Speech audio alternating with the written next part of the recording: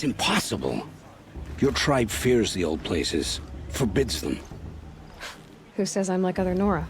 If I were to say that a game was post-apocalyptic, what comes to your mind? I know for me, I tend to envision a game with ruins and a darker color palette that's heavy on the grays and browns. What I don't expect is a game with vibrant colors and a flora and fauna that is vibrant and varied. It may not be what I expect, but it is what you get with Horizon Zero Dawn. As with most of the games I review, I'm playing it late enough that it now comes as a complete edition, which includes the DLC, The Frozen Wilds. I will be talking about both over the course of the review, but since I'm not experiencing it as two separate entities, I'm not completely sure what was all added from the DLC. Horizon Zero Dawn Complete Edition is an open-world action-adventure game developed by Guerrilla Games. It was released in 2017 for the PS4 and in 2020 for the PC. I am playing the PS4 version of the game for this review. Horizon Zero Dawn Complete Edition is $19.99 on the PlayStation Store, but is $49.99 on the PC. It's also rated T for teen, which is actually very fitting for this game in my opinion.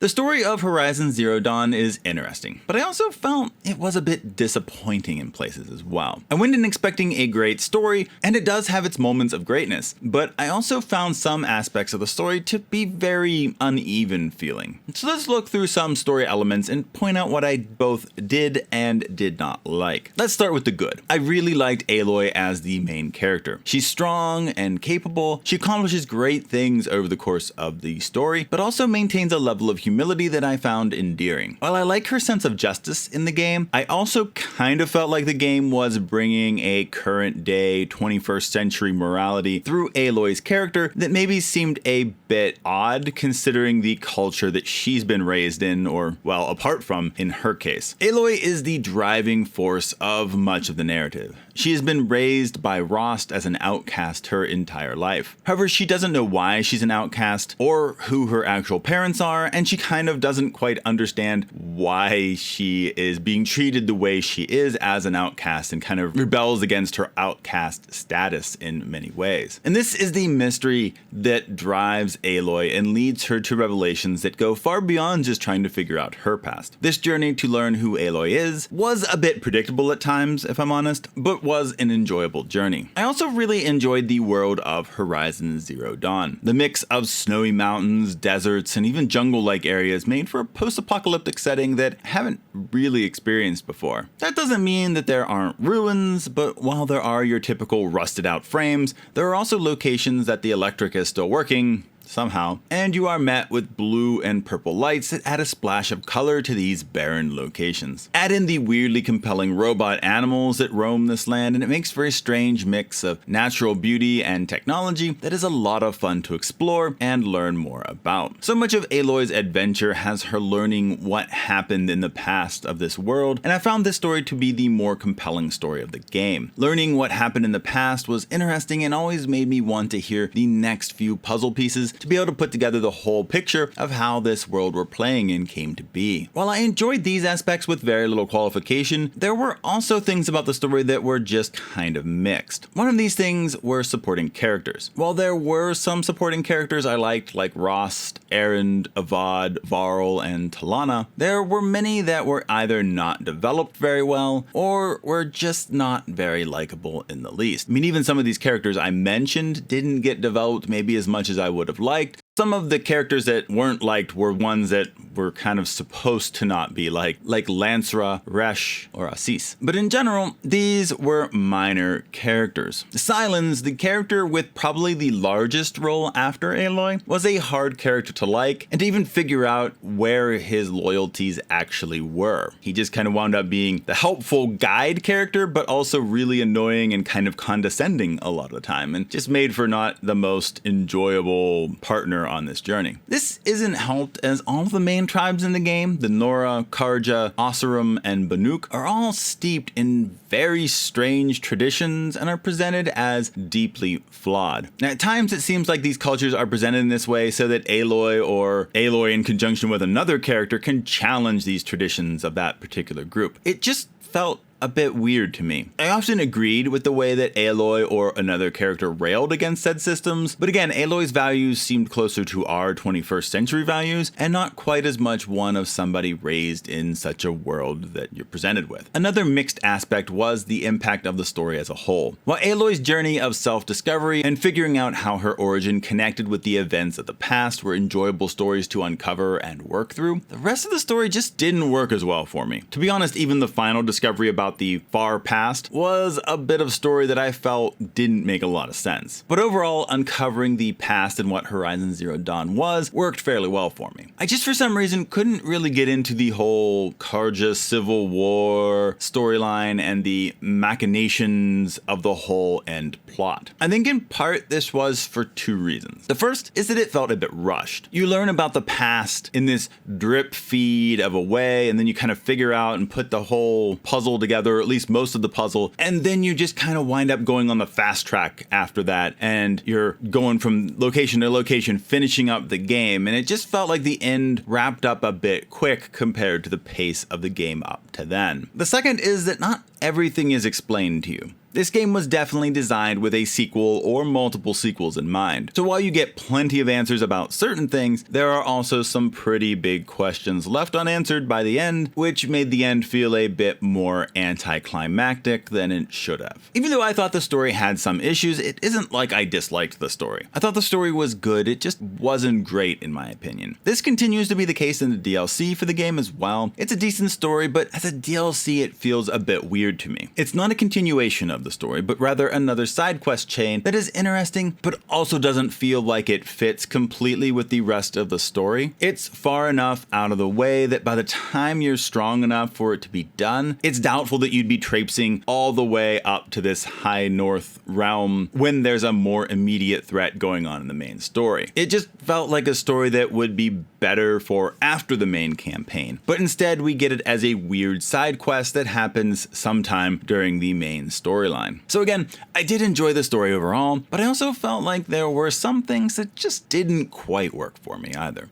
What about the gameplay of Horizon Zero Dawn? To be honest, I found it about the same as I did the story. It is good, and there's much that I liked about it, but there were also some things that I just didn't enjoy that much also. To start off with, Horizon Zero Dawn was a bit harder than I expected. If you don't take your time to figure out your approach and execute that approach well, you could find yourself on the wrong end of the metallic beasts you find roaming the wilderness. While each of the various types of machines have certain weak points and elemental weaknesses, it can still be a challenge to hit those weak points without taking significant damage yourself. This is particularly true when you're facing multiple enemies or are dealing with some of the larger threats in the game. I found combat to be a bit of a learning process overall, one that took a little while for me to get the hang of and actually enjoy. Even then, I still found moments of it to be a bit frustrating at times. One of the things that took me a bit to learn was that different types of weapons are super helpful in this game. At first, I just thought that different bows were for different types of stats, like one maybe shot quicker but did less damage, whereas another one took slower to load but did more damage whenever you shot it. But that's not exactly how they work. Each type of weapon is able to have unique types of ammo for it that can do different things. So learning what each of the bows, slings, and other types of weapons do can really help you figure out new strategies to bring against the machines that you're fighting. And the DLC also adds a few new weapons as well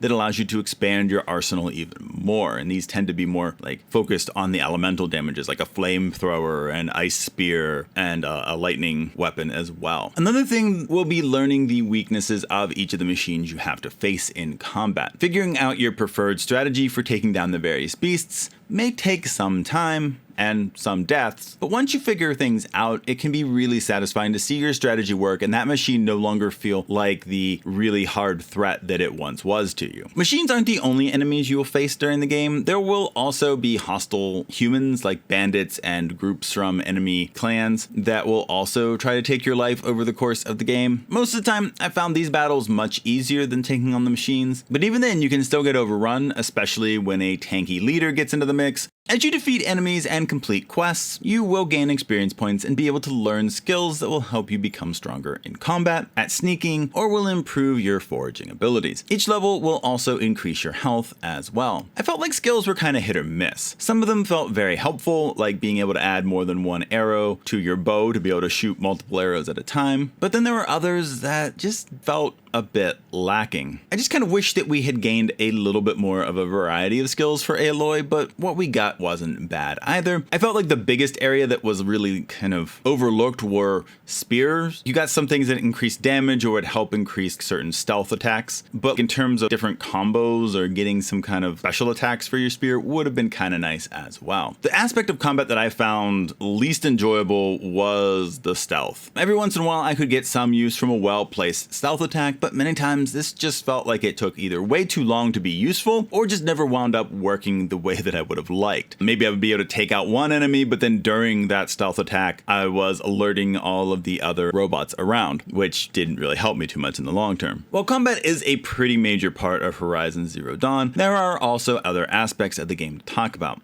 As with any open world game, there is of course traversal to talk about. Overall, I found traversal kind of lacking in Horizon Zero Dawn. While there are some moments in the game that felt super amazing, like climbing the tall necks or even some of the ruins in the game, there were other places that just didn't feel amazing. Sometimes ledges could be kind of hard to find, and compared to the games like Breath of the Wild, Genshin Impact, or even the Spider-Man series that allow you to climb pretty much anywhere, I found it a bit frustrating at times that I had to find the one path that would lead up a certain mountain. Fast travel works by unlocking campfires or locations on the map. If you have a fast travel pack, then you can fast travel to these locations. These are consumable items, but around halfway through the game you will find one available for purchase that stays in your inventory for the rest of the game, making fast travel something you don't have to think twice about using. And this was definitely my preferred way of travel. Campfires are plentiful, and if you take the time to start exploring throughout the game, you'll definitely find fast travel the way to go as you're needing to go across the map for various quests. After a certain point in the story, you are also able to override certain machines that can be used as mounts as well. It's a fun concept, but I found that in practice it wasn't super useful for me. It does make you go faster than walking, but often fast travel was the quickest option for me. I did use a mount every so often, but not very much. Also, as you progress in the game, you can find cauldrons in the game that if you explore, you'll be able to find overrides for more and more of the machines in the game, so that you can also override more aggressive machines to help fight battles for you. And again, this isn't something that I used a lot. I felt like most of the time they got taken out pretty quickly. This may be something I should have used a little bit more, but I didn't often find I needed to, or when I did need to, they were ones that you couldn't override. Another aspect of the game that I found frustrating was the inventory system. I wish they would have done either one of two things: make far fewer collectibles, or simply not restrict inventory size. I don't really even know why they restricted inventory so much in this game. They can't really say that they were simply trying to go for realism here. Aloy is somehow able to carry 35 weapons and 35 armor sets at the same time, but can't carry over 120 item stacks with a fully crafted resource bag and a skill that came with the Frozen Wilds DLC. I think my frustration with this was that it wasn't always clear what resource you needed for what, as buying from merchants would sometimes require certain extra parts for a weapon or armor, and you'd also need certain animal parts from hunting for crafting bag upgrades as well. You then of course needed your normal crafting materials for your ammo and potions that you would do fairly regularly. The resources here just made the game feel unnecessarily complicated. There were probably many ways that they could have alleviated this problem, but in the end, this was one of the more frustrating elements of the game for me. Overall, I did enjoy the gameplay of Horizon Zero Dawn. I just wouldn't call it great. It's challenging, which can be satisfying when you overcome the challenge in front of you, but it could also be frustrating sometimes, particularly in battles with multiple machines, because you could get knocked around by the multiple enemies without a chance to find your bearings, and it just could get a little frustrating. If you can stick with it and get used to the system and how to find and exploit the weaknesses of the machines, you'll definitely get into it, and I did get into it eventually. But it can be a bit of a learning curve. Add in some of the other minor issues, and you have a system that just doesn't quite reach the level of great, even if it was still fun most of the time.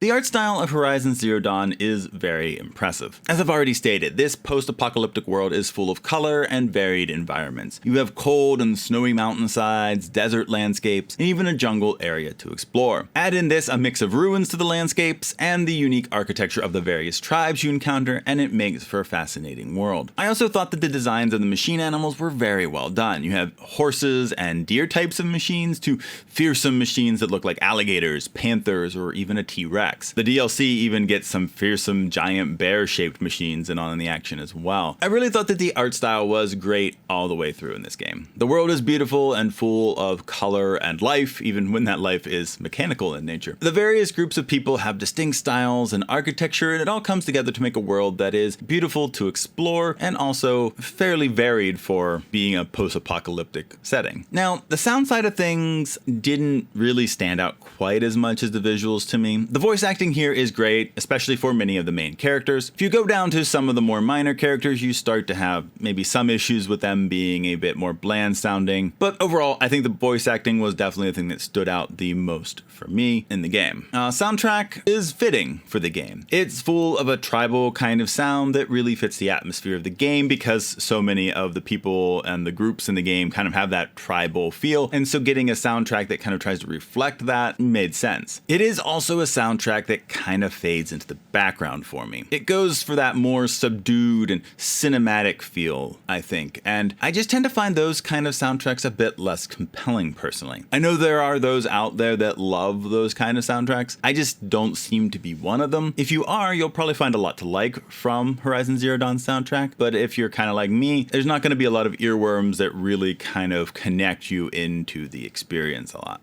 Sadly, I also ran into a couple of issues while playing through the game. For playing around 63 hours in the game, the few issues I ran into were minor and rare, but they still happened, so I want to just let people know about them. 2 times I wound up stuck in the environment and had to reload a save to get unstuck. The other issue was an audio glitch that made the audio fade in and out. One line would be audible and then the next wouldn't, and it would go back and forth. I have no idea what caused it, and it went away after a reload, but it was still kind of annoying. Thankfully, I tend to use subtitles, but even with the subtitles, that not all the subtitles worked. So you'd like see people's mouth moving and there wouldn't be any noise and the subtitles wouldn't be popping up either. So yeah, so I'm not sure what happened with that, but that was something that did happen to me once over the course of the game. Overall, these weren't game-breaking issues. They aren't enough to detract from my overall experience, but were minor annoyances.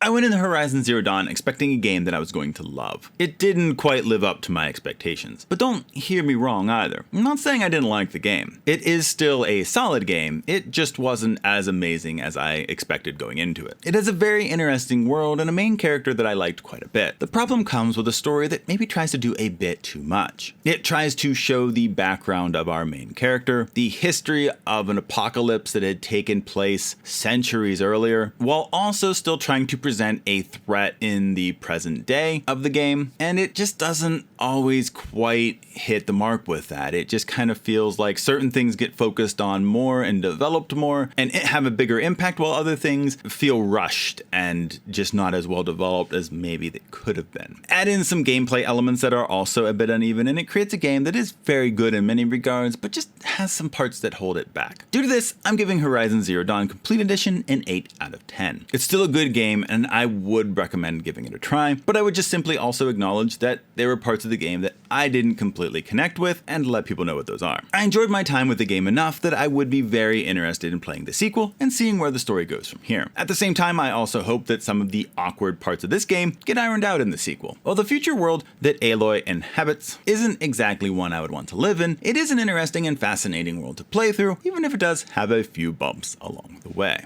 I did say not to break anything, didn't I?